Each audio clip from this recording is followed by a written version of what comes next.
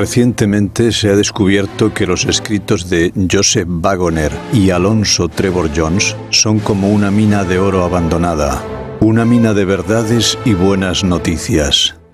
Casi en cada página de la Biblia vieron una buena noticia. De todo esto resulta algo conmovedor que hace vibrar el corazón para siempre. Es fácil ser salvo y difícil estar perdido si se sabe hasta qué punto la buena noticia es buena. Descubierto por Alonzo Trevor Jones en la última década del siglo XIX, el camino consagrado a la perfección cristiana quedó enterrado por un derrumbe de la mina abandonada. Tras 40 años de trabajos, el Señor Todopoderoso ha puesto nuestros pies en el camino glorioso y consagrado a la perfección cristiana. Dejando atrás los escombros, decimos con el apóstol Pablo en su carta a los Hebreos en el capítulo 6 y versículo 11: «Vamos adelante a la perfección».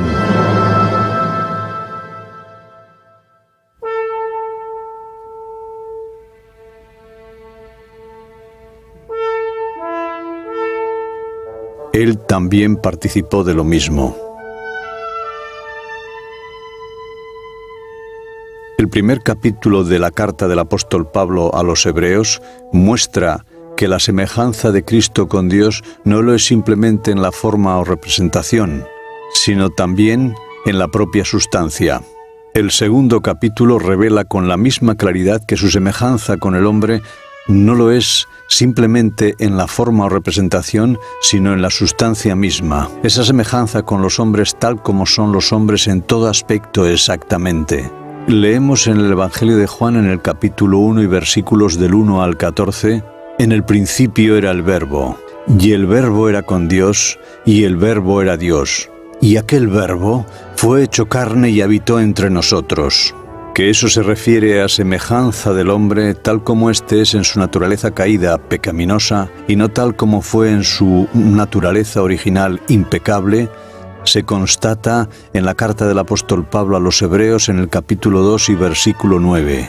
Vemos por el padecimiento de muerte a aquel Jesús que es hecho un poco menor que los ángeles. Por lo tanto, vemos que Jesús fue hecho en situación de hombre, de la forma en que el hombre era, cuando éste fue sujeto a la muerte.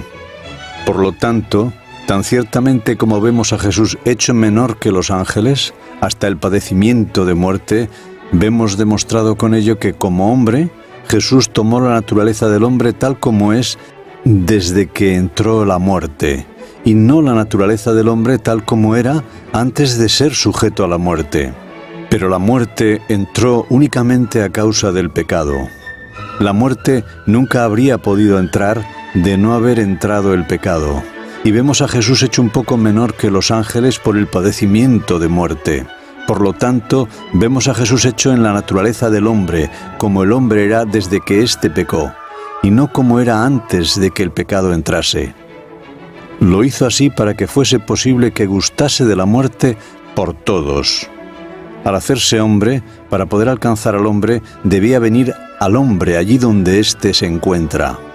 El hombre está sujeto a la muerte, de manera que Jesús debía hacerse hombre tal como es desde que fue sujeto a la muerte. Leemos en la carta del apóstol Pablo a los Hebreos, en el capítulo 2 y versículo 10, «Porque convenía que aquel por cuya causa son todas las cosas, y por el cual todas las cosas subsisten, habiendo de llevar a la gloria a muchos hijos, perfeccionar por aflicciones al autor de la salvación de ellos». Así, haciéndose hombre, convenía que viniese a ser hecho tal como el hombre es. El hombre está sometido a sufrimiento, por lo tanto, convenía que viniese allí donde el hombre está en sus sufrimientos. Antes de que el hombre pecase, no estaba en ningún sentido sujeto a sufrimientos. Si Jesús hubiese venido en la naturaleza del hombre tal como éste era antes de que entrase el pecado, habría venido en una forma y en una naturaleza en las cuales habría sido imposible para él conocer los sufrimientos del hombre y por lo tanto no hubiese podido alcanzarle para salvarle. Pero dado que convenía que aquel por cuya causa son todas las cosas y por el cual todas las cosas subsisten, habiendo de llevar a la gloria a muchos hijos, hiciese perfecto por aflicciones al autor de la salud de ellos. Está claro que Jesús, al hacerse hombre, compartió la naturaleza del hombre como éste es desde que vino a estar sujeto a sufrimiento y sufrimiento de muerte, que es la paga del pecado. Leemos de nuevo en la carta del apóstol Pablo a los Hebreos en el capítulo 2 y versículo 14. Así que por cuanto los hijos participaron de carne y sangre, él también participó de lo mismo. Cristo, en su naturaleza humana, tomó la misma carne y sangre que tienen los hombres. En una sola frase encontramos todas las palabras que caben emplear para hacer positiva y clara esta idea. Los hijos de los hombres son participantes de carne y sangre, y por eso Él participó de carne y sangre. Pero eso no es todo. Además, participó de la misma carne y sangre de la que son participantes los hijos. Es decir, participó de igual manera de la misma carne y sangre que son los hijos.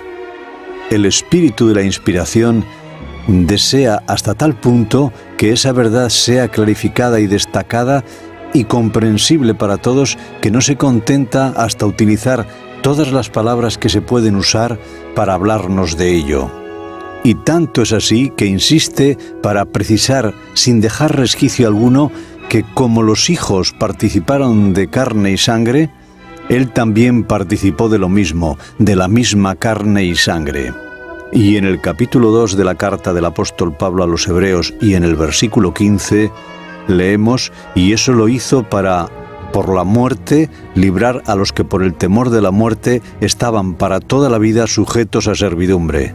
Participó de la misma carne y sangre que todos tenemos en la servidumbre al pecado y el temor a la muerte, a fin de poder librarnos de la servidumbre al pecado y el temor de la muerte. Así, el que santifica y los que son santificados de uno son todos, por lo cual no se avergüenza de llamarnos hermanos. Esta gran verdad del parentesco de sangre, la hermandad de sangre de Cristo con el hombre, se enseña en el Evangelio en Génesis.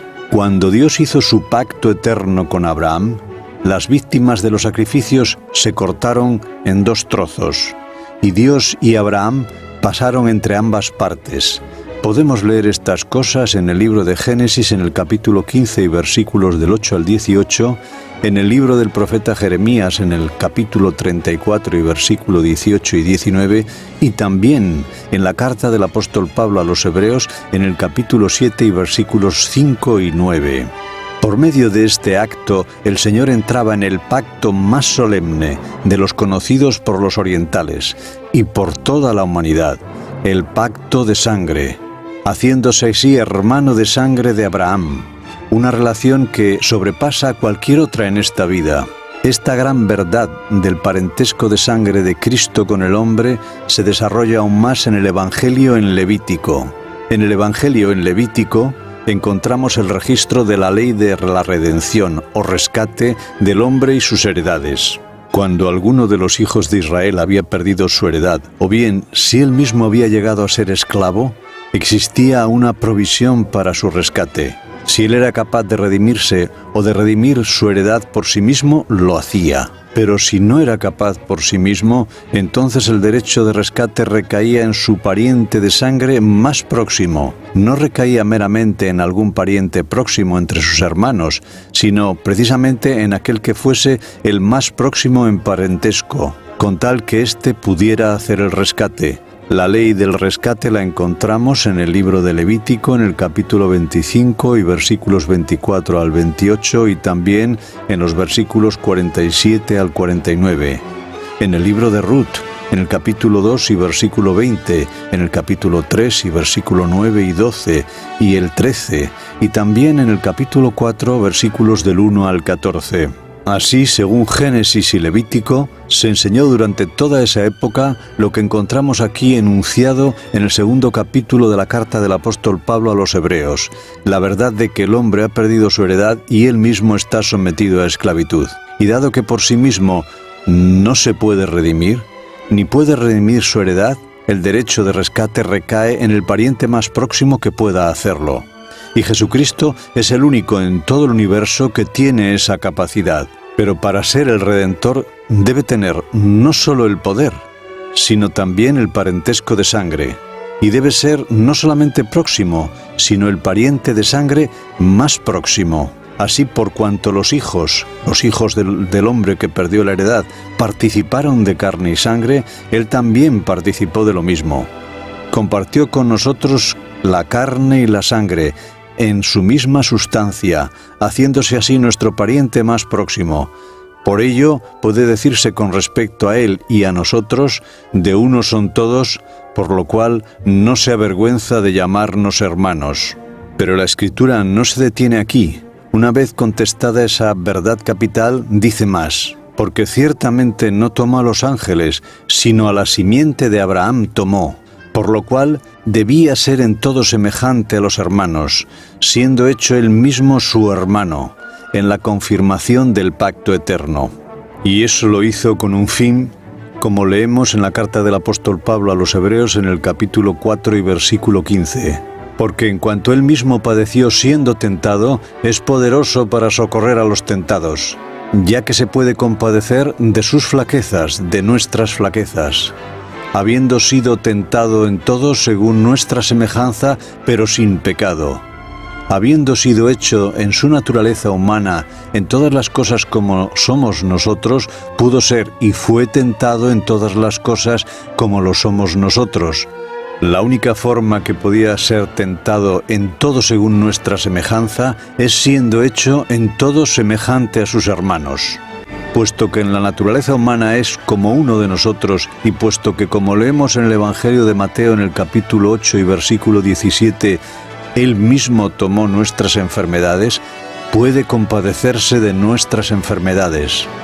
Habiendo sido hecho en todas las cosas como nosotros, cuando fue tentado sintió justamente como sentimos nosotros cuando somos tentados, y conoce todo al respecto. Y de esa forma es poderoso para auxiliar y salvar plenamente a todos cuantos le reciben. Dado que en su carne era tan débil como lo somos nosotros, no pudiendo por él mismo hacer nada, como dice el Evangelio de Juan en el capítulo 5 y versículo 30, cuando llevó él nuestras enfermedades y sufrió nuestros dolores, como dice el profeta Isaías en el capítulo 53 y versículo 4, y fue tentado en todo como nosotros, sintiendo como nosotros sentimos. Por su fe divina lo conquistó, todo por el poder de Dios que esa fe le traía, y que en nuestra carne también nos ha traído a nosotros. Por lo tanto, llamarás su nombre Emmanuel, que declarado es Dios con nosotros. No solamente Dios con él, sino Dios con nosotros. Dios era con él desde la eternidad y lo hubiera podido seguir siendo, aunque no se hubiera dado por nosotros. Pero el hombre, por el pecado, quedó privado de Dios, y Dios quiso venir de nuevo a nosotros. Por lo tanto, Jesús se hizo nosotros, a fin de que Dios en él pudiese venir a ser Dios con nosotros. Y ese es su nombre, porque eso es lo que es. Alabado sea su nombre. Y esa es la fe de Jesús y su poder. Ese es nuestro Salvador, uno con Dios y uno con el hombre. En consecuencia, puede también salvar plenamente a los que por él se acercan a Dios. Así que, hermanos, teniendo libertad para entrar en el lugar santísimo por la sangre de Jesús, por el camino nuevo y vivo que Él nos consagró a través del velo, esto es, por su carne, y teniendo un gran sacerdote sobre la casa de Dios, acerquémonos con corazón sincero, en plena certidumbre de fe, purificados los corazones de mala conciencia y lavados los cuerpos con agua pura. Palabras del apóstol Pablo en su carta a los Hebreos, capítulo 10, versículos 19 al 22.